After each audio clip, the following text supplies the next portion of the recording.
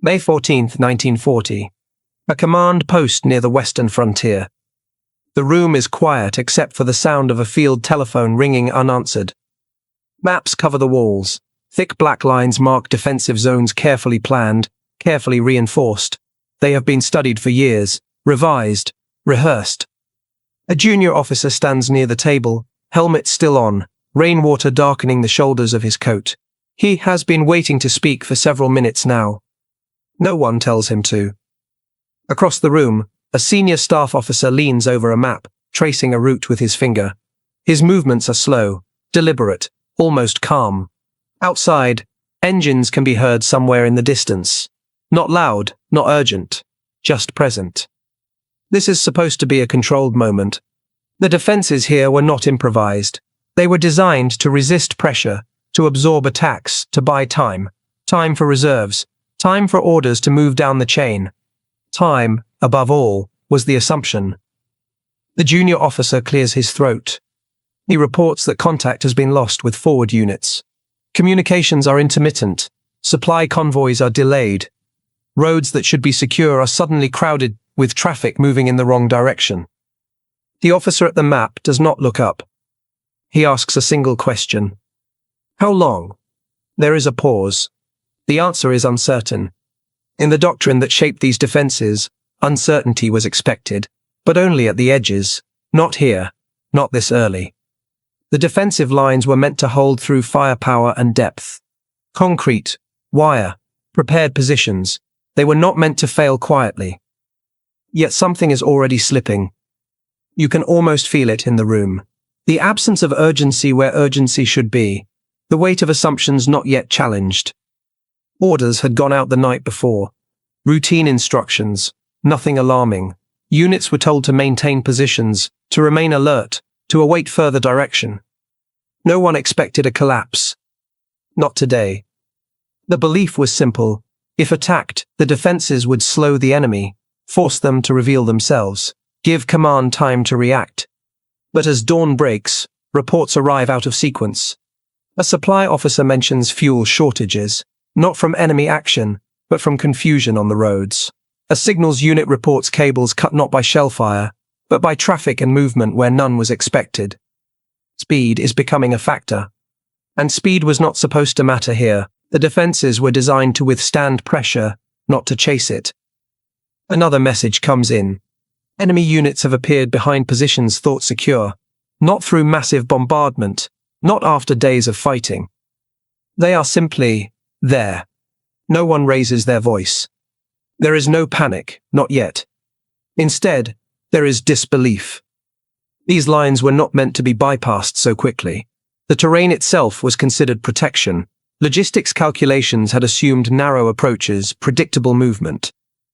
But the reports suggest something else. Movement without pause. Columns advancing without waiting for heavy support. Units operating ahead of their own supply lines. And somehow still moving forward. Firepower has not decided this moment. Coordination has. Deception has. And logistics often invisible are now dictating the pace. The officer at the map finally straightens. He gives an order to reposition reserves. It is a measured response, correct according to doctrine. But it is already behind events. Because the collapse that will later be described as sudden is not loud. It does not announce itself with a single breakthrough. It happens quietly, in delayed orders. In units waiting for instructions that no longer apply. In defenses holding ground that no longer matters. From the outside, it will soon look like an overnight failure. From inside this room, it feels more like a system slipping out of alignment one assumption at a time. And as the sun rises higher, one question begins to form, unspoken but unavoidable.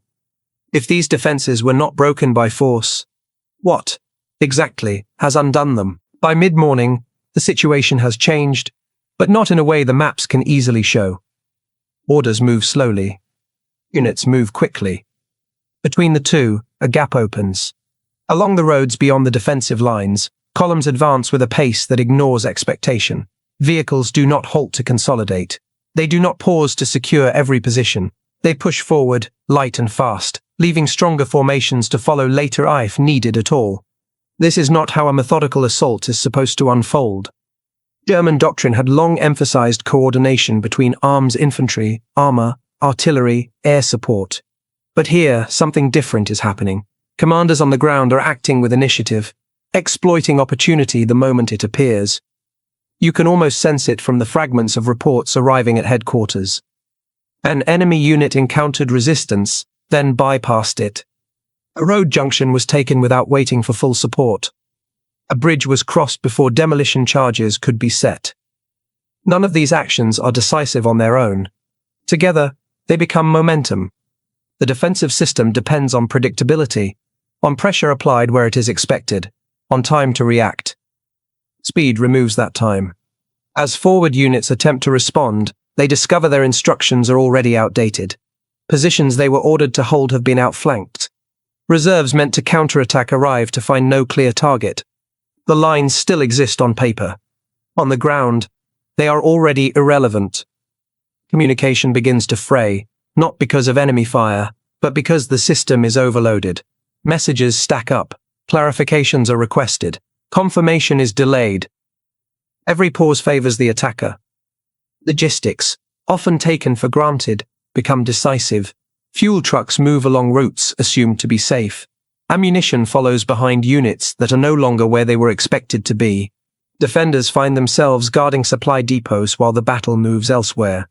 There is no single breakthrough to point to, no moment that can be easily named. Instead, there is a realization spreading unevenly across the front. The enemy is operating inside the decision cycle. They are moving faster than responses can be formulated. You can almost feel the strain on junior commanders. Trained to follow established plans, they now face situations those plans did not account for.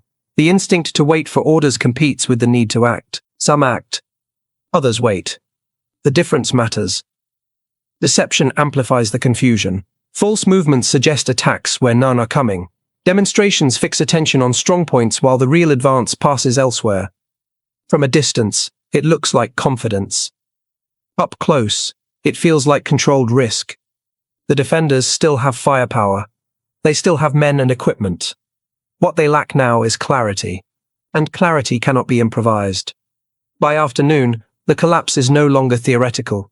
Units withdraw not because they are defeated, but because they are unsure of what they are defending. Roads clog. Movement slows in places it should be smooth. The system designed to absorb shock is instead amplifying it. As the day wears on, a deeper problem becomes impossible to ignore. These defenses were built to stop an enemy who asked permission, through preparation, build-up, and predictable assault. This enemy is not asking. And as speed continues to replace deliberation, the question facing command is no longer how to hold the line, but whether the line still exists at all. By the evening of May 14, the fighting is no longer defined by contact. It is defined by movement. Columns stretch along roads that were never meant to carry this volume of traffic. Vehicles halt not because they are engaged, but because they have nowhere to go. Orders conflict. Directions change mid-route. Logistics, normally invisible, move to the foreground. Fuel becomes a question before ammunition does. Units check gauges more often than they check maps. A single stalled vehicle can delay dozens behind it. The defensive system assumes stability.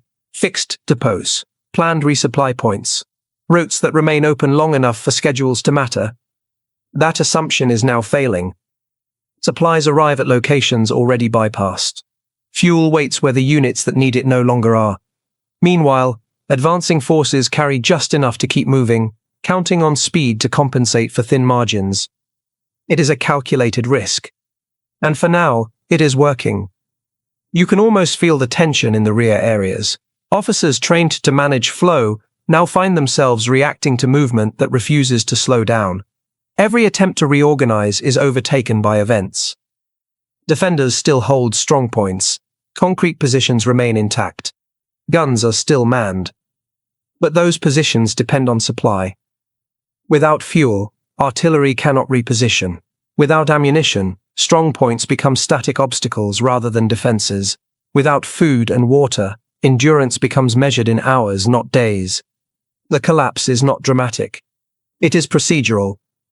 One convoy turns back after encountering unexpected traffic. Another waits for orders that never arrive. A third proceeds on an outdated route and disappears from contact. Each decision makes sense in isolation. Together, they hollow out the defense. Deception compounds the strain. Reports of enemy activity appear in multiple sectors, forcing supplies to be split and redirected. The system tries to respond everywhere and succeeds nowhere. Firepower, in theory, remains overwhelming. In practice, it cannot be brought to bear. The defenders are learning an uncomfortable lesson. Firepower without access is irrelevant. Strength without mobility is fragile. As night approaches, headquarters attempts to restore order. New lines are drawn. Fresh instructions issued. But the ground reality has moved again. Units on the map do not align with units in the field. Logistics officers work from information that is already hours old. Time, once assumed abundant, has vanished. The speed of the advance has turned planning into reaction. You can almost feel the realization setting in. This is not a failure of courage. Not a failure of equipment. It is a failure of alignment. Doctrine, logistics, and tempo are no longer moving together. And when that happens, defenses do not need to be destroyed. They simply stop functioning. As darkness falls, both sides pause not from exhaustion alone, but from uncertainty. One side wonders how far it can push before outrunning its supplies. The other wonders whether it can still coordinate at all. The night will not bring clarity. Only the next morning will reveal how complete the collapse truly is. Morning returns without a clear front. May 15, 1940. Just after dawn, units awaken to a battlefield that has shifted again. Positions held through the night are suddenly exposed. Flanks once anchored now hang open not from retreat, but from absence. There has been no decisive engagement. No final stand. And yet the sense of control is gone. Reports arrive that seem contradictory. Enemy elements appear far beyond expected limits. Roads thought secure are being used by advancing columns. Strongpoints receive no contact at all, only the sound of engines moving somewhere else. The defenders are not defeated in battle. They are disoriented. Doctrine taught that shock comes from overwhelming firepower, from bombardment, from sustained pressure. This shock is different. It comes from uncertainty. You can almost feel it in the way orders are written now. Conditional, cautious, filled with qualifiers. Commanders no longer assume a stable situation long enough for plans to mature. Subordinate units wait, unsure whether to move or hold. The fear is not attack. It is being irrelevant. Some formations attempt counter-moves. Local actions succeed. An advance is slowed. A column is disrupted. But these actions no longer shape the overall situation. They happen in isolation.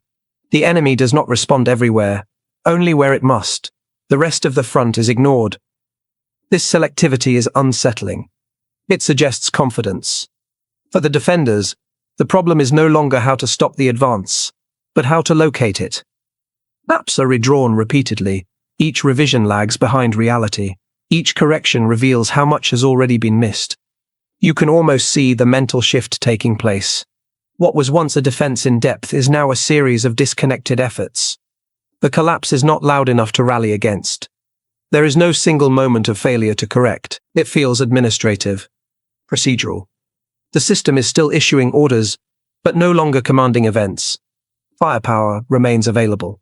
Units remain capable, but they are no longer synchronized.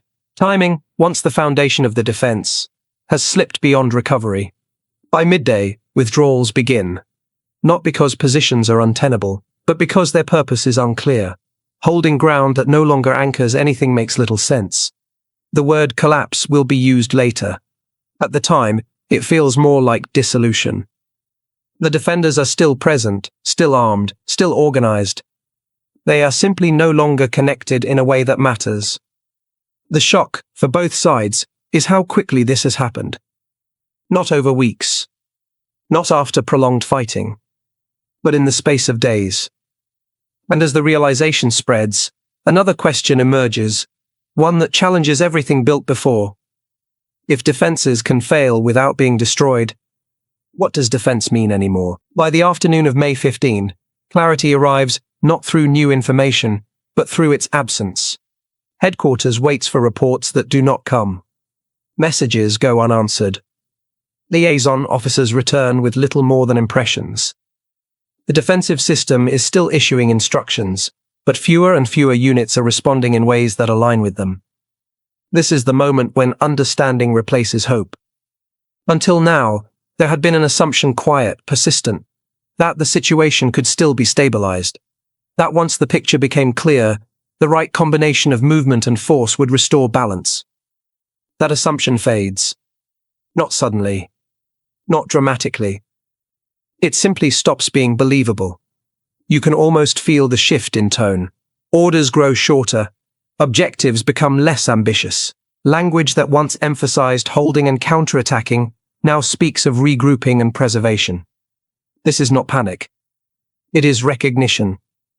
The defenses were designed around the idea that space could be traded for time.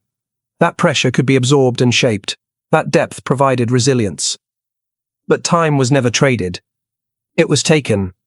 Speed, deception, and logistics have done what concentrated firepower did not. They have broken the relationship between intention and outcome. The defenders are no longer reacting late. They are reacting to something that has already passed. Junior commanders sense it first. They see roads filling with unfamiliar units. They encounter friendly formations moving without clear destination. They receive orders that contradict what they can see with their own eyes. Some choose initiative. Others hesitate. Both choices carry risk now. The shock is not that the enemy is advancing. That was expected. The shock is that the defensive framework built to manage exactly this scenario has lost relevance so quickly. Firepower still exists in abundance, but firepower requires orientation. It requires targets, timing, coordination. None of those can be assumed anymore. You can almost hear the unspoken questions spreading through command circles. When did we lose control? There is no answer. No single decision marks the moment. No missed order can be identified and corrected. The collapse has no clear cause because it is systemic. Each part functioned as designed, until the speed of events outrun the design itself. By evening, the language changes again. Hold becomes delay. Counterattack becomes screen. Defensive line becomes fallback position. These are not signs of defeat. They are signs of adaptation, but adaptation under pressure, without preparation. The defenders are now trying to create structure where the original structure has dissolved. New lines are imagined but not yet supported. New plans are issued but not yet synchronized. The enemy does not need to exploit every opening. Momentum is doing that work already. What remains striking, even in the moment, is how little direct combat defines this phase. Engagements occur, losses are taken, but they do not explain the outcome. The collapse is administrative before it is tactical. It happens in orders arriving too late, in supplies going to the wrong place, in units that are present but unassigned. By nightfall, the understanding is complete. The defenses did not fail because they were weak. They failed because they were rigid, built for a war that unfolded at a different pace. This realization will echo far beyond this front. It will influence planning, doctrine, and assumptions on both sides. But here, now, it brings only a sober conclusion. The collapse is real. It is faster than anyone expected. And it cannot be reversed with firepower alone. As darkness settles again, commanders face a new reality. The question is no longer how the defenses failed. It is what comes next. When a system built over years proves unable to keep up with days, the days that follow do not bring recovery. They bring adjustment. With the defensive framework effectively dissolved, commanders shift their focus from holding territory to managing movement. The goal is no longer to stop the advance outright, but to slow it enough to regain some measure of coordination. This is a quieter phase of the collapse. There are no dramatic breakthroughs now, no sudden revelations, just a steady acceptance that the old assumptions no longer apply. Units are reassigned roles they were never intended to perform. Rear area formations are asked to delay. Support units are pressed into tasks once reserved for frontline troops. Every available element is used to create friction, any friction against the advancing tempo. You can almost feel the strain this places on the system. Orders are issued with limited expectation of compliance, not because of disobedience, but because the physical ability to execute them is uncertain. Roads are congested, communications remain unreliable, information travels unevenly. Speed continues to dominate events. The attackers, too, begin to feel the limits of their own momentum. Supply lines stretch thin. Vehicles require maintenance. Crews operate on minimal rest. But the difference is decisive. One side is operating at the edge of its capacity by choice. The other has been pushed there unexpectedly. That distinction matters. Attempts to re-establish coherent defensive lines are made. They appear briefly on paper, on maps, in orders, but they lack the depth and preparation that once gave confidence. They are lines of intent, not structure. Firepower is applied where possible. Delays are achieved locally. In some sectors, advances are slowed or diverted. Yet these actions no longer shape the overall direction. The collapse has already done its work. What remains is the recognition shared quietly across command levels, that the war has entered a different phase, one defined less by prepared positions and more by movement, logistics, and decision speed. For the defenders, the shock is not just the loss of ground. It is the loss of predictability. You can almost sense the recalibration taking place. Old doctrines are questioned not publicly, not formally, but internally. Assumptions once treated as constants are now understood as conditions. And conditions can change. The collapse that seemed to happen overnight will later be studied for years. Analysts will argue over causes, over missed signals, over alternative choices. But in these days, none of that matters. What matters is adaptation. And adaptation under pressure is never elegant. As forces continue to reposition, the immediate crisis begins to stabilize, not because the situation has improved, but because expectations have adjusted. The defensive lines are gone. In their place is something less defined, more fluid, and far more uncertain. The collapse shocked both sides, not for its violence, but for its speed. And it leaves behind a lesson that will shape the rest of the war. In modern conflict, strength without flexibility is fragile. And when speed, deception, and logistics align, even the most carefully built defenses can fail before anyone realizes they are under threat at all. In the weeks that follow, distance brings perspective. From the outside, the collapse is described as sudden. Overnight. Unexpected. From the inside, it feels more precise than that. It was not the defenses themselves that failed first. It was the assumptions behind them. The lines had been engineered to resist pressure. They were deep, layered, reinforced. On paper, they remained formidable even after the advance began. But paper cannot move. What failed was the belief that control could be maintained through preparation alone. That time would always exist between contact and consequence. That an enemy would advance in ways that matched established models. Speed changed that equation. Deception accelerated it. Logistics finalized it. Together, they bypassed the logic of the defenses without needing to destroy them. This is why the collapse shocked both sides. For the defenders, it revealed how quickly structure could dissolve once tempo was lost. For the attackers, it confirmed that coordination and initiative could achieve effects disproportionate to raw firepower. You can almost sense the quiet recalculations happening on both sides. Defensive planning begins to emphasize flexibility. Reserves are reconsidered. Command structures are questioned, not because they lacked authority, but because they lacked responsiveness. The lesson is not comforting. It suggests that no defense is permanent, that strength without adaptability invites irrelevance, that systems built for certainty struggle in environments defined by speed. The collapse was not loud enough to warn against. It did not announce itself with a single breach or a final stand. It unfolded through misalignment between movement and orders, between logistics and intent, between expectation and reality. That is why it felt overnight. Not because it happened instantly, but because by the time it was fully understood, it was already complete. History will remember the names of operations and commanders. It will debate alternatives and outcomes. But beneath all of that remains a quieter truth.